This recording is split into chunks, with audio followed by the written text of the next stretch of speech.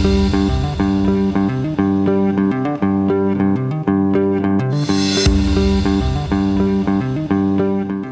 നിന്ന് ഞാനാണ് ആക്ച്വലി വന്നിട്ട് ഒളിച്ചോടിയെന്നാണ് തോന്നുന്നത്.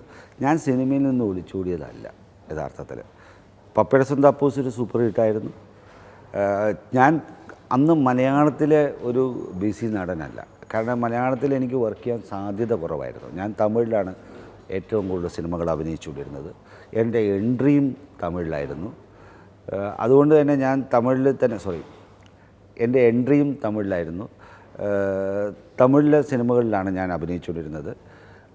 ആ സമയത്ത് ഒരുപക്ഷെ അതിൻ്റെ എക്കണോമിക്കൽ ഫാക്ടറും കൂടി ഉണ്ട്, കറക്റ്റായിട്ട് പറയാം. കാരണം ഞാൻ തമിഴിൽ അഭിനയിച്ചത് മുഴുവനും ബിഗ് കമ്പനീസിലായിരുന്നു, not in a smaller companies like കലഞ്ചറുടെ പടം, കരുണാനിധിയുടെ പടം, അല്ലെങ്കിൽ MGR സത്യ മൂവീസ്, AVMൻ്റെ പടം, ബാലാജി ഫിലിംസ്, അല്ലെങ്കിൽ വാഹിനി സ്റ്റുഡിയോയുടെ ഫിലിംസ്, അങ്ങനെ വന്ന് ഓൾ ബിഗ് കൺസേൺസിൻ്റെ സിനിമയിലായിരുന്നു ഞാൻ. ദേവർ ഫിലിംസ്, ഇവരൊക്കെ വന്നിട്ട് ഒരുപാട് വർഷങ്ങളായിട്ട് 40 വർഷങ്ങളായിട്ട് സിനിമ എടുക്കുന്ന studio ഓണേഴ്സ്മാർ.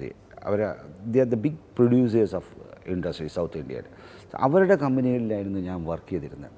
So it was very difficult for me. കാരണം അതിൻ്റെയൊക്കെ ബിഗ് പ്രോജക്റ്റുകളാണ് അതെല്ലാം.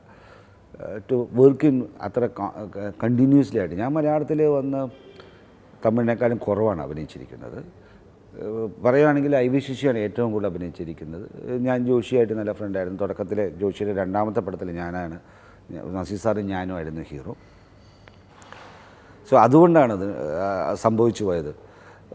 പിന്നെ രണ്ടാമത് മറ്റൊരു കാര്യം കൂടി ഉണ്ട്. നിങ്ങൾ പറഞ്ഞ പോലെ തന്നെ മലയാളത്തിൻ്റെ അത്തരത്തിലുള്ള കഥാപാത്രങ്ങളെയൊന്നും എൻ്റെ ഒരു ടൈപ്പ് എന്ന് പറഞ്ഞാൽ ഒരു jolly, happy go lucky, modern type characters like student, അങ്ങനെയുള്ളതായിരുന്നു. സോ മലയാളം കൂടുതലും വേറൊരു 90കളായപ്പോഴത്തേക്കും വന്ന് വേറൊരു സ്റ്റൈൽ ഓഫ് ഫിലിമിൻ്റെ കഥയിലേക്കാണ് പോയിരുന്നത്. But I was very interested in other things like film academical thing, അല്ലെങ്കിൽ ഞാൻ പഠിച്ച കാര്യങ്ങളെ എനിക്ക് പ്രാവർത്തികമാക്കുക. അതിന് വേണ്ടിയിട്ടാണ് ഞാൻ പപ്പയുടെ സ്വന്തം അപ്പൂസ് എന്ന് പറഞ്ഞൊരു സൂപ്പർ ഹിറ്റ് ഫിലിം കഴിഞ്ഞതിന് ശേഷവും ഞാൻ ഈ ക്യാമറയുടെ മുമ്പിൽ നിന്ന് മാറി നിന്നത്. എനിക്ക് പല കാര്യങ്ങളും അതുകൊണ്ട് അച്ചീവ് ചെയ്യാൻ പറ്റി. എൻ്റെ ഏറ്റവും അടുത്ത സുഹൃത്തുക്കൾ ഇന്നും എൻ്റെ അടുത്ത് പറഞ്ഞത്, ഈ പടത്തിൻ്റെ ഫെയിം കിട്ടിക്കൊണ്ടിരിക്കുകയാണ് നിനക്ക്, അതുകൊണ്ട് നീ മറ്റേ കാര്യങ്ങളൊന്നും നിൻ്റെ ഫിലിം അക്കാഡമിക് പ്രവർത്തനത്തിന് നീ വിട്ടു പോകരുതെന്ന് പറഞ്ഞു. ഞാൻ പറഞ്ഞു അതെങ്ങനെ എനിക്ക് വിടാൻ പറ്റും? കാരണം ടു ബിക്കം ആൻ ആക്ടർ ഞാൻ ഇത്രയും എഫക്റ്റ് ചെയ്തിട്ടില്ല. ടു ഗെറ്റ് എ സ്റ്റാർഡം ഞാൻ ഒരിക്കലും എഫക്റ്റ് ചെയ്തിട്ടില്ല. അത് തന്നെത്താനെ എന്നിലേക്ക് വന്നിട്ടേ ഉള്ളൂ. ബട്ട് ഒരു അക്കാഡമിക്കൽ പ്രവർത്തനത്തിനകത്തേക്ക് ഞാൻ വളരെയധികം വന്നിട്ട് സ്ട്രെയിൻ എടുത്തിട്ടുണ്ട്. ഞാൻ വളരെയധികം വന്ന് ടൈം ചിലവഴിച്ചിട്ടുള്ളതാണ്. അതെനിക്ക് അങ്ങനെ തൂക്കിയെറിയാൻ പറ്റില്ല. Definitely no chance. ഞാൻ നിർത്തിയതിന് ശേഷം ജനിച്ച ഒരു പ്രേക്ഷക കൂട്ടമാണ് ഇപ്പോൾ എന്നെ ഏറ്റെടുത്തിരിക്കുന്നത്. കാരണം പപ്പയുടെ സ്വന്തം അപ്പൂസ് കഴിഞ്ഞതിന് ശേഷം അന്ന് ചിലപ്പോൾ 1 വയസ്സോ 2 വയസ്സോ 3 വയസ്സോ 4 വയസ്സോ 5 വയസ്സോ ആയ അന്നത്തെ കുട്ടികൾ, അവർക്ക് മനസ്സിൽ പിന്നെ ഞാൻ ഉണ്ടായിട്ടില്ലല്ലോ. കാരണം അവർ വളർന്നു വരുമ്പോൾ സിനിമ കാണുമ്പോൾ ഞാനില്ല. ഞാൻ പിന്നെ അവരെന്നെ കണ്ടിരിക്കുന്നതെന്ന് പറയുന്നത് ഞാൻ ക്യാമിയോ റോൾസാണ് ചെയ്തിരിക്കുന്നത്. Like small roles. അത് എൻ്റെ ക്യാമിയോ അപ്പിയറൻസാണ്. അത് ഇവിടെ സ്മോൾ റോളായിട്ട് കണക്കപ്പെടുന്നതാണ്. ഞാൻ എൻ്റെ ഫിലിം ഫെസ്റ്റിവലുമായിട്ട് സഹകരിച്ച എല്ലാവരുടെയും പടങ്ങളിൽ ഞാൻ പോയി, എൻ്റെ കടപ്പാടാണത് ചെയ്യുക എന്നുള്ളത്. അതിനോട് എൻ്റെ സുഹൃത്തുക്കളുടെ വന്നിട്ടില്ല. ആ റോൾ എന്താണെന്ന് ഞാൻ ചോദിക്കാതെ പോയി ചെയ്തിരിക്കുന്ന റോളിനല്ല. കാരണം ഞാൻ അന്ന് സിനിമ ഒരു പ്രൊഫഷണലായി നിന്ന് മാറി ഞാൻ എൻ്റെ മെയിൻ ഒബ്ജക്റ്റീവ് അതല്ലല്ലോ, അഭിനയമല്ലല്ലോ. അപ്പം ഞാൻ അതിന് റോളിന് ചോദിക്കേണ്ട കാര്യമില്ല. എൻ്റെ പ്രസൻസ് അവിടെ അവർക്ക് ആഗ്രഹിക്കുന്നുണ്ട്, അത് അവർക്ക് ഗുണം ചെയ്യുന്നുണ്ടെങ്കിൽ ഞാൻ പോയി ചെയ്യും. ഞാൻ പല സിനിമയ്ക്കും വന്ന് സൊളി എന്നൊക്കെ ഞാൻ ഫ്രീ ആയിട്ട് ചെയ്ത് കൊടുത്ത പടമാണ്. എൻ്റെ ഫ്രണ്ടാണ് സുകുമാർ ആദ്യം ഡയറക്റ്റ് ചെയ്യുന്നത്. ഞാൻ ഇത്ര ചോദിച്ചോളൂ, എന്നോട് ചോദിച്ചു ഇങ്ങനെ ഒരു വളരെ ചെറിയ ഒരു 80 ഒരു സ്റ്റാറിൻ്റെ റോളാണ് ചെയ്യുക. ഞാൻ ചോദിച്ചു നിനക്ക് ഗുണമുണ്ടോ ഞാൻ ചെയ്താന്ന് ചോദിച്ചു. ഓവാന്ന് പറഞ്ഞു. അതുകൊണ്ട് ഞാൻ പോയി ചെയ്തു. അപ്പം ഞാൻ ചോദിച്ചു എന്താ ചെയ്യാൻ? ഞാൻ പറഞ്ഞു നീ ഒന്നും എനിക്ക് ചെയ്യണ്ട.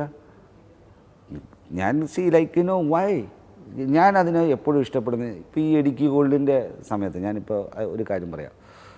സഞ്ജയിൻ്റെ സലാല മൊബൈലിൽ ഒരു ചെറിയൊരു സാധനം ഞാൻ പോയി ചെയ്തു. ഇടുക്കിക്കൊണ്ട് റിലീസാവുന്നതിന് തൊട്ട് മുമ്പ് ഞാൻ പോയിട്ട് എനിക്ക് നേരിട്ട് പരിചയമില്ല. പക്ഷേ എനിക്ക് ആ ഡയറക്ടറെക്കുറിച്ച് ഞാൻ ഒരുപാട് അന്വേഷിച്ചപ്പോൾ സിനിമയ്ക്ക് വേണ്ടി മാത്രം ത്യാഗം ചെയ്ത് ജീവിക്കുന്ന ഒരു മനുഷ്യനാണ്. പല പ്രാവശ്യവും അദ്ദേഹത്തിൻ്റെ ചാൻസുകൾ നഷ്ടപ്പെട്ടതിൻ്റെ ഒരു അവസ്ഥ ഉണ്ടായിട്ടുണ്ടെന്ന് പറഞ്ഞു. ദെൻ എന്നെ വിളിച്ചിട്ട് ഞാൻ സംസാരിച്ചു. ഞാൻ എൻ്റെ ഈ മെയിൻ ക്യാരക്ടർ ചെയ്യുന്ന പടം റിലീസാവാൻ പോവാം, നീ എന്തിനു വേണ്ടി എന്നെ വിളിച്ചത്? ഇല്ല ചേട്ടൻ വന്നാൽ അത് നന്നായിരിക്കും, ഒരു വെൻറ്റേജ് സ്റ്റൈലിലുള്ള ഒരു സാധനം ഒന്നുമില്ല. ചേട്ടൻ സിംഗിളായിട്ട് വന്നിട്ട് ഒന്ന് തലയിൽ 1.5 മണിക്കൂർ കൊണ്ട് 1 മണിക്കൂർ കൊണ്ട് എൻ്റെ ഷൂട്ടിങ് കഴിഞ്ഞ് ഞാൻ തിരിച്ചു വന്നു. ശരിക്കും ഞാൻ പോയി ചെയ്യാമെന്ന് പറഞ്ഞു. കാരണം ഞാനത് ഒരു പക്ഷേ വന്നിട്ടുള്ളത് ഞാൻ എൻ്റെ അക്കാഡമിക്കൽ പ്രവർത്തനം കൊണ്ട് എനിക്ക് ആർജിച്ച ഒരു വിശ്വാസമാണ്. പുറത്തെല്ലാവരും അങ്ങനെ ചെയ്യാറുണ്ട്. ഹിച്ച്കോക്കിൻ്റെ പടത്തിനകത്ത് ചുമ്മാ ഒരു പട്ടീനെ കൊണ്ട് പോകുന്നൊരു ഷോട്ട് ചെയ്യാറുണ്ട്. സിൽവസ്റ്റർ സ്റ്റാലിൻ സൂപ്പർ സ്റ്റാർ ആയിരിക്കുമ്പോഴാണ് മറ്റേ ജോൺ ട്രവാൾട്ടെ വെച്ചിട്ട് ചെയ്ത ഒരു പടത്തിനകത്തേക്ക് ഒന്ന് ക്രൗഡിൻ്റെ ഉള്ളിൽ കൂടി നടന്നു വരുന്നൊരു ഷോട്ട് ചെയ്തിട്ടുണ്ട്. ദീസ് ആർ ഓൾ ആക്ച്വലി നമ്മൾ വന്നിട്ടുള്ളത് സിനിമയിൽ വന്ന് നൂറ്റാണ്ടുകളായിട്ട് ഇത്തരം കാര്യങ്ങളുണ്ട്. പക്ഷെ മലയാളത്തിന് അതിന് നമ്മൾ ശരിക്കും അത് ചെറിയ റോളായിപ്പോയി അല്ലെങ്കിൽ മറ്റേതായിപ്പോയി എന്നുള്ളൊരു ചിന്തകൾ വരുന്നുണ്ട്. കാരണം അത് നമ്മളൊരു പെർഫോമറായിട്ടല്ല അവിടെ ചെല്ലുന്നത്. നമ്മൾ ആസ് ആൻ ആക്ടർ അവൻ്റെ പ്രസൻസ് അവിടെ കാണിക്കുക എന്നുള്ളതാണ്. ആസ് ആൻ ആക്ടർ നമ്മൾ മാറുന്നത് ക്യാരക്ടറായിട്ട് മാറുമ്പോഴാണ് നമ്മൾ അതൊരു പ്രൊഫഷണലായിട്ട് മാറുക. You get my point actually. ഞാൻ അങ്ങനെ വിശ്വസിക്കുന്ന ഒരുത്തനാണ്.